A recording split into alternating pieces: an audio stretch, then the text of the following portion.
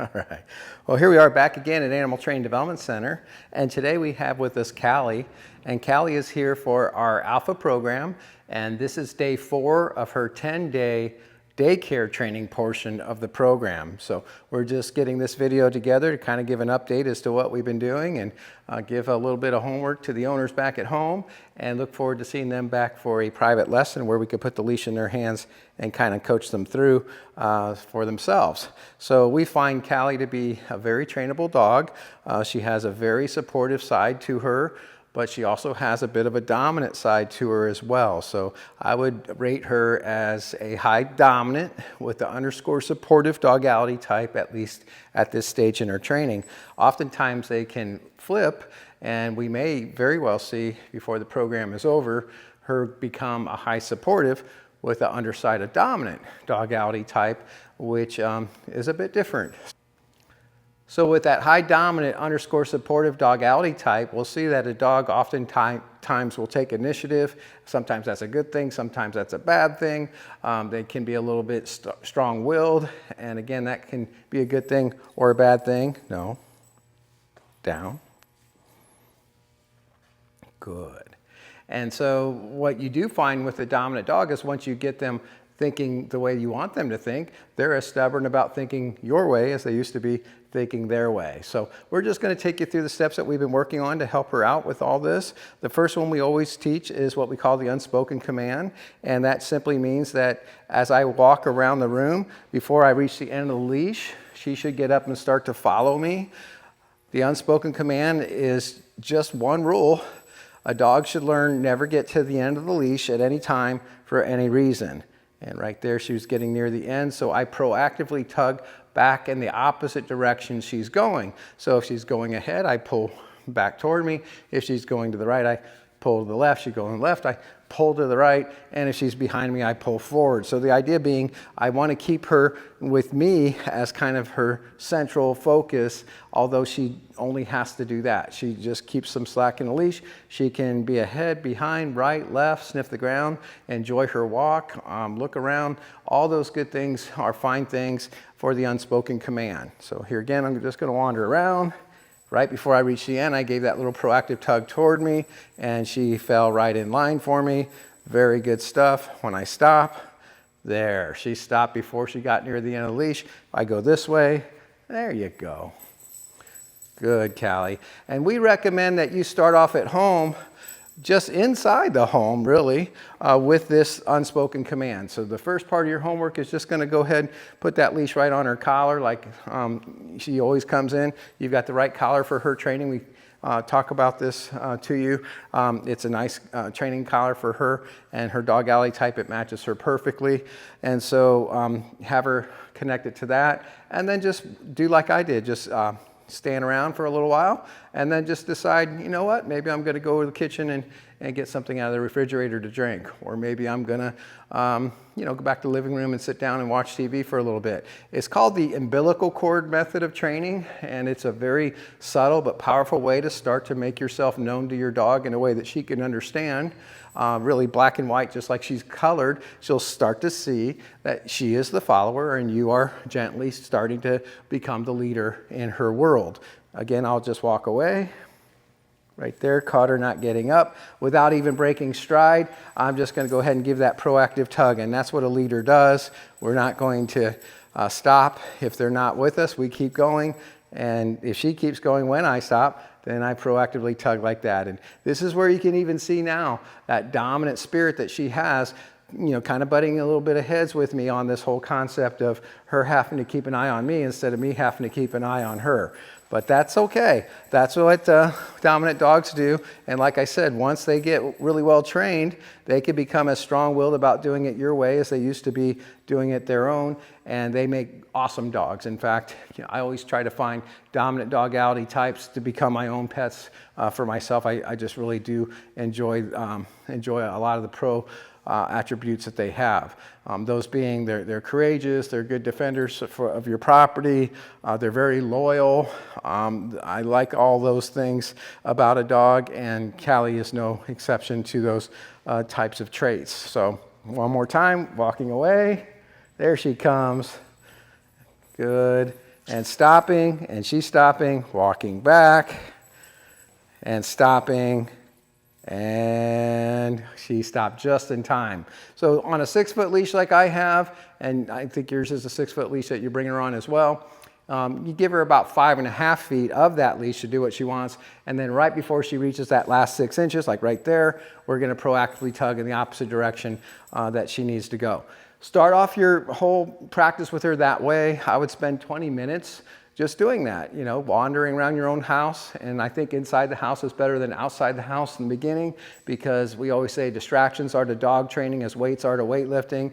And if you're really strong, you can lift a lot of weight. But if you're just starting to work out, you've got to keep the weights light so that you can learn how to do the exercises and so that you don't injure your muscles in trying to get strong. So you're looking for that magical spot. We call it challenging but doable in order to get a good workout in. And inside your house, you can really lower the distractions to the point where she can start to connect with you in an easier way than she would outdoors with all the distractions that come with it.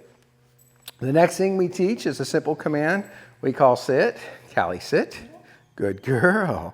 And as we tell her to stay, now she should keep sitting. Oops, nope, sit, stay. Good. Good girl, Callie. Good girl. The release word we've taught her is the one that you picked. I like it. We just simply say, release. Good girl, release. And of course, she can get up and stop sitting, do what she wants, except get to the end of the leash. And you notice there, I have the leash kind of bundled up a little bit. Now she only has about 4 foot of leash, but she should stop at about 3.5 feet. So this unspoken command is always in effect, even on the release word. So once we say release, it doesn't give them permission to pull us, and we shouldn't have to even give a command for them not to pull us, and that's why we call it the unspoken command. All right, so when you do your sit, we'll do this again. Callie, good girl, sit. Good. Stay goes like this. Just put your hand out. And then as you walk around her, no, sit. If she goes to get up, you say the word no. And I'm tugging up and slightly behind her head, pivoting her head up and her butt down. And it helps her in that sit position.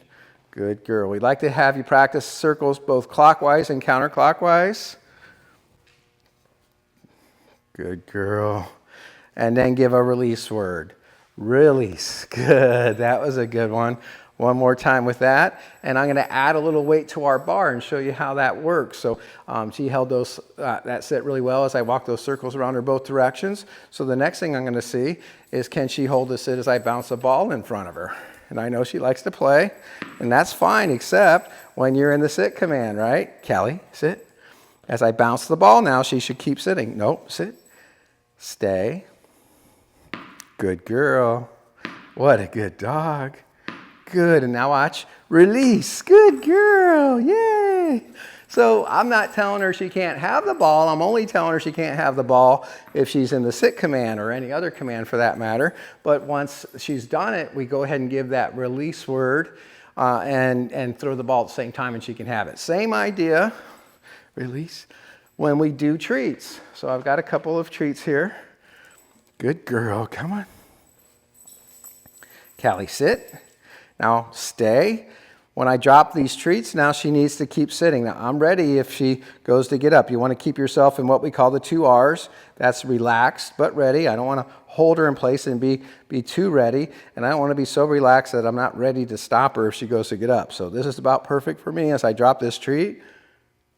No, sit, stay. Good. Good. Release. Yes. So there again, she doesn't get the idea that it's bad to have treats. It's just bad to try to get a treat when you're in the sit command. And that's the whole point of these types of things starting off indoors, is I know where the distractions are and I can control them to a large degree, where when we get outdoors, we don't know when that next squirrel's going to run by, which you'll see later in the video that actually happens, and she does a really good job with that unspoken command. You'll get to see that in a little bit. But in here, we know right when that treat's going to drop. We know where it's going to drop for the most part. It might bounce, you know, in a bad way toward her or something like that, but it's going to stop somewhere close to where I drop it, and I know right when it's going to happen. So it all helps me get myself figured out and leash held properly, and that's the best way to start. So indoors is really going to be the way to start. Even if it's a nice day, I think starting indoors is the way to go in the initial phases of your training, maybe for the first 5 to 10 days of practice. So make your practice sessions 20 minutes at a time, starting off with the first practice session, just doing that walking around the house with her, that umbilical cord method, where you're just going to take her along for 20 minutes from room to room. And if you got stairs that she goes up and down, do it up and down the stairs as well. Just different rooms, different places, different things that you do in those rooms. Just a great way to start off. And then practice that sit command, get the circles going both directions around her. And when that's going well, maybe break out a toy that you could drop in front of her, or a treat like I did.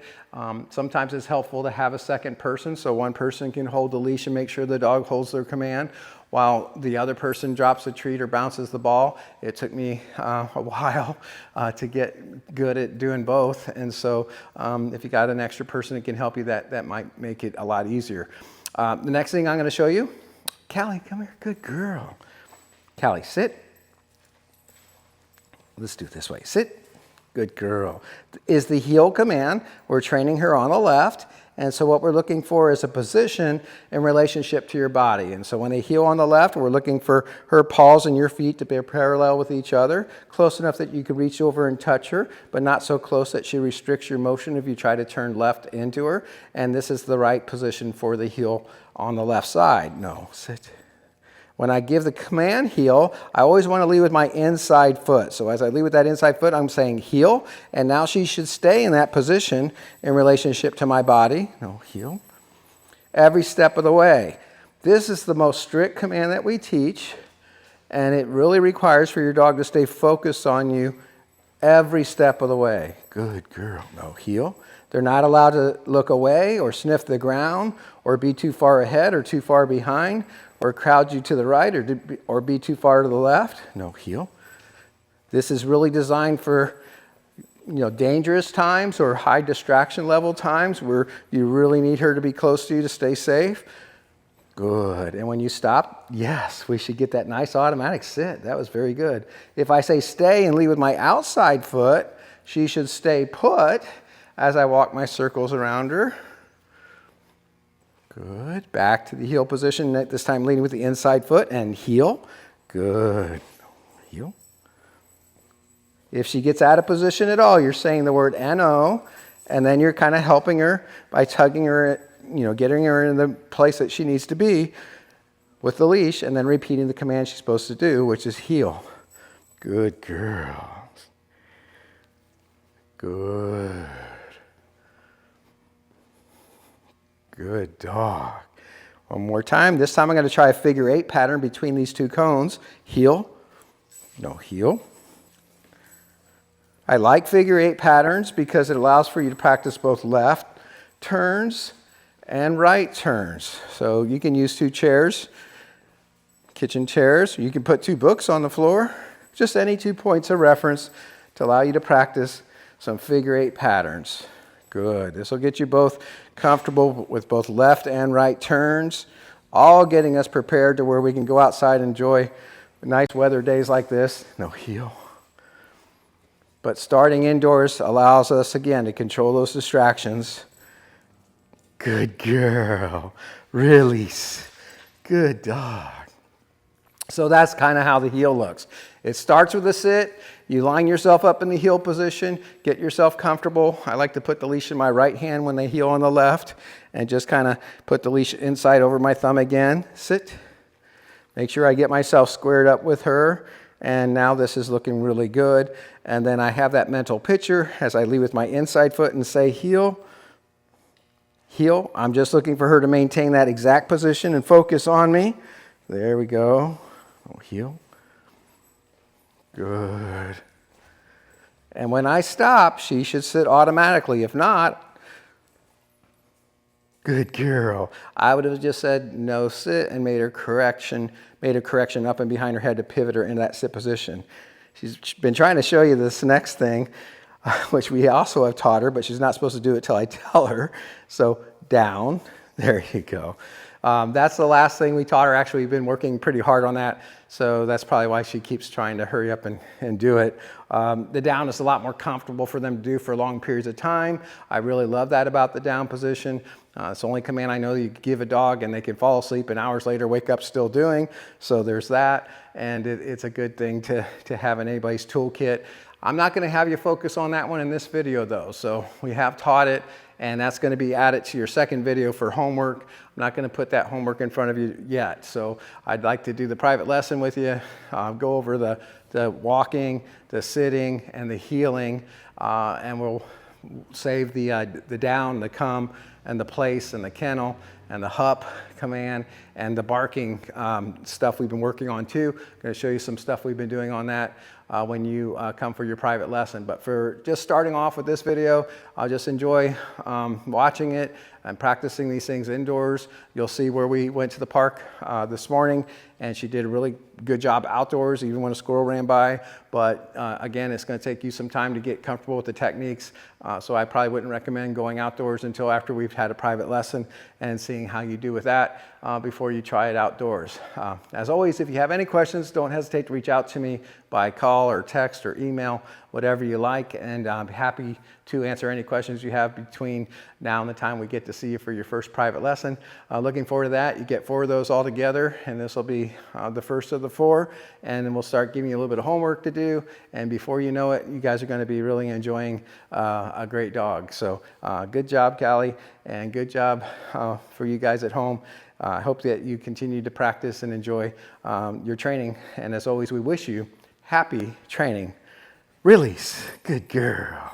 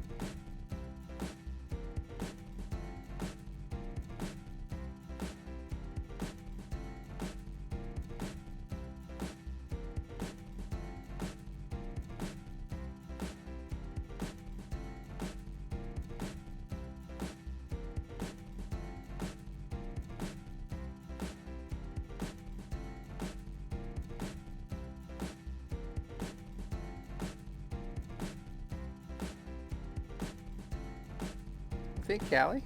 You ready for a field trip? Let's take a field trip. All right. Good. Heel. Good. Heel.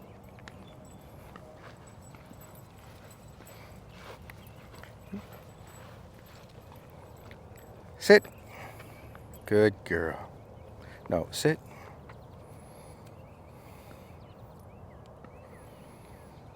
Heel. No, heel.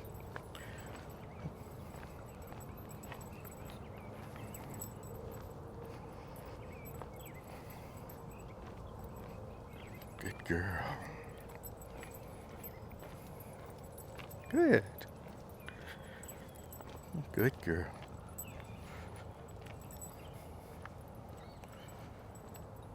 Sit.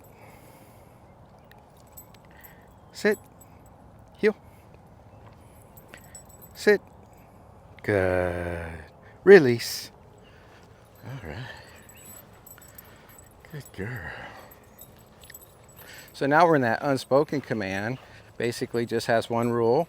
Don't get to the end of the leash at any time for any reason. So here she's welcome to sniff the ground and look around and be ahead of me. Just don't get to the end of the leash and pull me. And we're going to have a nice time back here in the woods today. Beautiful day here in Indiana. Always more so when you have a nice dog to enjoy the day with. And you see she's got a good nose. And I don't mind letting them sniff things that are interesting to them. But if I choose to start to move on, the unspoken command says that it's their job, that's Callie's job today, to keep some slack in the leash and never allow that leash to get tight. So she's got to stay enough aware of me to where the leash doesn't get tight at any time for any reason. So as I begin to walk away, good. You see she came with me. Good. There we go.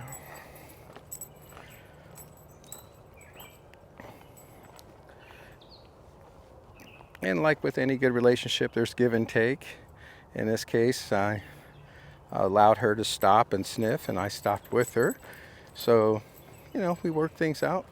If I need to go, I go, and she should follow. But if I'm not in a hurry and she's got something interesting to check out, I think that part of enjoying having a dog is to kind of enjoy the things that they're enjoying right along with them if you can.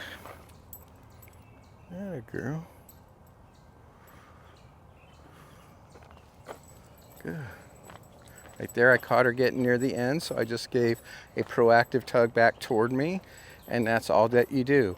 It's the unspoken command because there just isn't a word to say, or shouldn't be a word necessary to say. They should just know. That's it. Not to get to the end of the leash at any time for any reason. And this is a very important way to start every dog out in training because it shows them in a black and white way, kind of like Callie's colors, that there's a simple rule that the human is the leader even if they're behind you, and that you have to be aware enough of where that leader is that you keep some slack in the leash that you're on. In this case, we're using a 6-foot leash, but even if I were using a 15-foot leash, I would ask for that dog not to get more than 14.5 feet away. And so in this case, don't get more than 5.5 feet away. Will be great. Good girl. Good. Callie, sit. Good girl. Release. So there again, back into that release mode, and right away she got too far near the end. That nose is tracking something, and I don't mind her tracking, but still the unspoken rule exists, and this is what we call stop and go training. So once they really get their nose down and kind of really bent on pulling, I like to stop altogether, and now we'll start again. Hopefully she learned her lesson, and it looks like she has. So keep that tip in mind when you're taking walks and she gets really headstrong into a scent or sight or sound, whatever has got her attention, and she's forgetting the unspoken command. Just stop altogether. Just don't take another step, like right here. Good. There you go. Release. There we go. Our word release is her release word, and just kind of lets her know that she is off the clock, so to speak, and doesn't have to sit or heel or any of those other commands, but that she can go forward and do her thing. And now she's doing that thing much more. Oh, right there, caught her. Right there, caught her. So this is a perfect collar she's wearing for this training today. I've got this prong collar on her, and you can tell it's the right collar because even when I tug on it, It's not overwhelming to her, but it gets her attention. And that's what we need from a training tool, is to get their attention. And if your regular buckle collar or harness or whatever it is that you're trying to train your dog on, if that doesn't get their attention to make them stop what they're doing, in this case pulling, then we need to maybe try a different tool. But in her case, this is the right tool, and it's working quite well.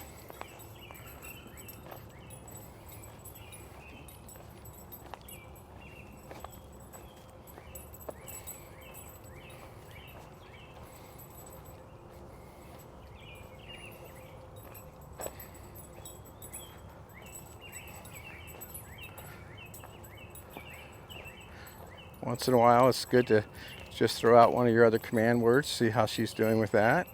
Callie, sit. Good. No, sit. Stay.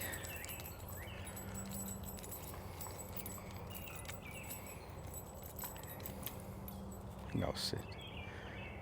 I like to wait till they look at me. Release. And then give the release word. Just that little checking in will make you more the center of their universe, so to speak. And that's a healthy thing for a dog when they're in a command mode, to kind of, keep an eye out for you. They don't have to look at you the whole time. But if you make a habit of just waiting for them to look at you before you give the release word, then it's going to make them look at you sooner. Ooh, squirrel. Little baby one. I don't know if you saw that in the camera. She sure saw it. But you notice she didn't try to pull, which is awesome. Good girl, Callie. Callie, sit. Good. Release. Very nice. So that was a good little test. If I could, I'd go give that squirrel a nut for helping me with that. Little temptation, just ran right out in front of her, baby squirrel. And rather than try to race to the end of the leash and pull me with her, she just stopped and watched that squirrel go. That's a good test for our halfway mark in our training. As far as the daycare training days go, we're just about at that halfway mark now. And that's why we're making this first video, showing you the progress. Good girl.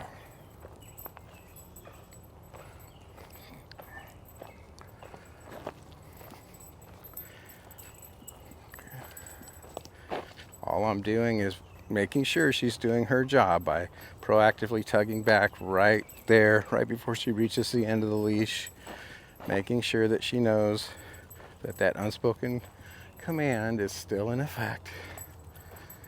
Good girl.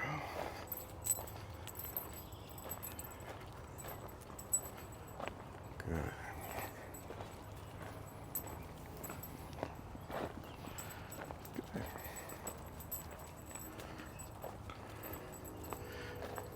Callie, sit.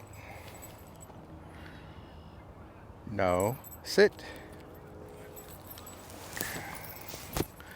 Now we're going to get our leash ready for the heel command. So I'm going to take up a little slack inside over my thumb, have her on my left side, which is the side you've chosen for the heel.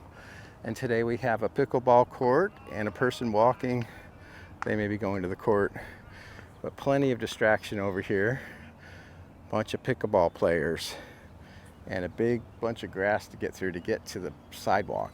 So let's do the heel command here. Heel is much more strict. Heel, no heel. Where the unspoken command has one rule, no heel. The heel has lots of them, no heel. And the first one being don't sniff the ground in the heel command. Good. No heel. Secondly, her right paw should kind of fall in line with my left foot. That's how we know we're doing the heel position well. Good.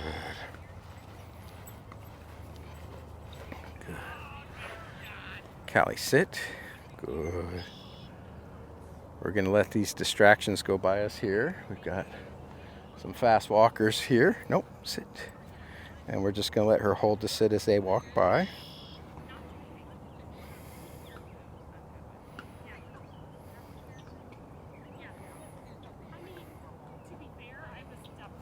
No, sit. Yes, I was, but I didn't enjoy it. But it was not one of my favorites. It's now beautiful. It's so funny because if we were all thinking that both of us, then you know it was Good girl, Callie. Good girl. Very nice. Callie, heel. No, heel. Keeping that nose up. Very important during the heel command. You got to keep your nose up. There we go. No, heel. Good girl. No, heel. And once in a while, go ahead and stop. When you do, they should sit automatically. Very nice. Heel. Here we're coming up on the pickleball court.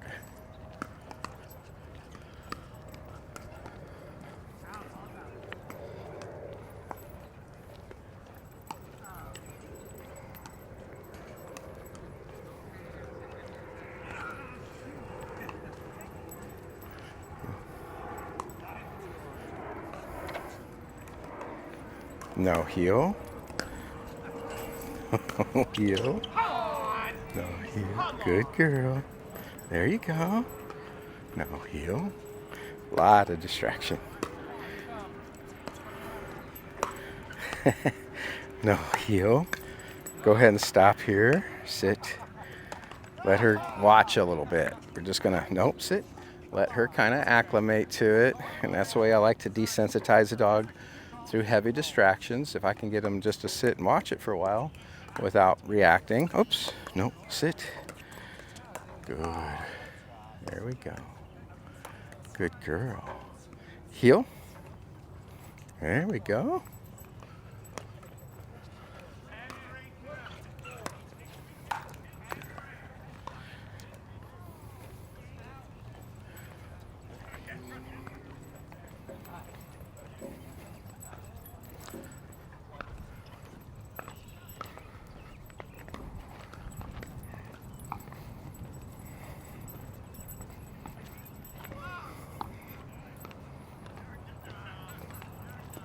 Or heel. Sit. Good girl. So again, a lot of cars here. So we're going to heel right through all this. You don't want to do your release word and just let them do whatever. You want to kind of go constructively through, heel, any areas where there might be danger or high levels of distraction. And that's really what this heel command is designed to do, is to help you just get from point A to point B when there's a lot of stuff going on. Good girl. There you go.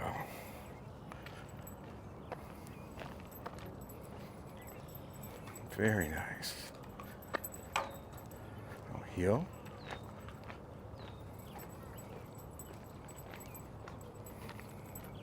No heel. Keep that nose up. No heel. No heel.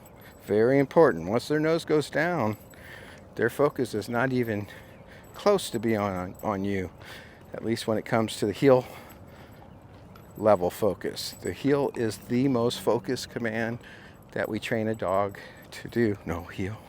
And it's that way for some very important reasons that we'll get into more as times go on. But right now, just beware that if they're not, no heel, no heel, keeping their focus on you every step of the way, they're not doing the heel command correctly.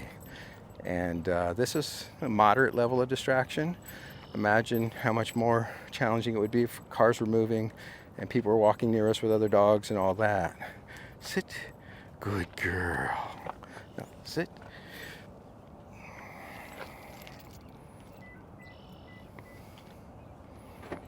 No, sit. We have rules about getting in and out of vehicles, so you never get in without a command and you never get out without a command. Nope. Sit. So she's ready to get in, but we're going to make her wait. No, sit. Hold that sit position. No. And then hup. Go on. Atta girl. That was a good job. That was a good job. Good girl.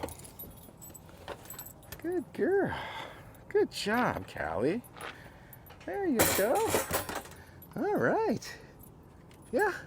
Super.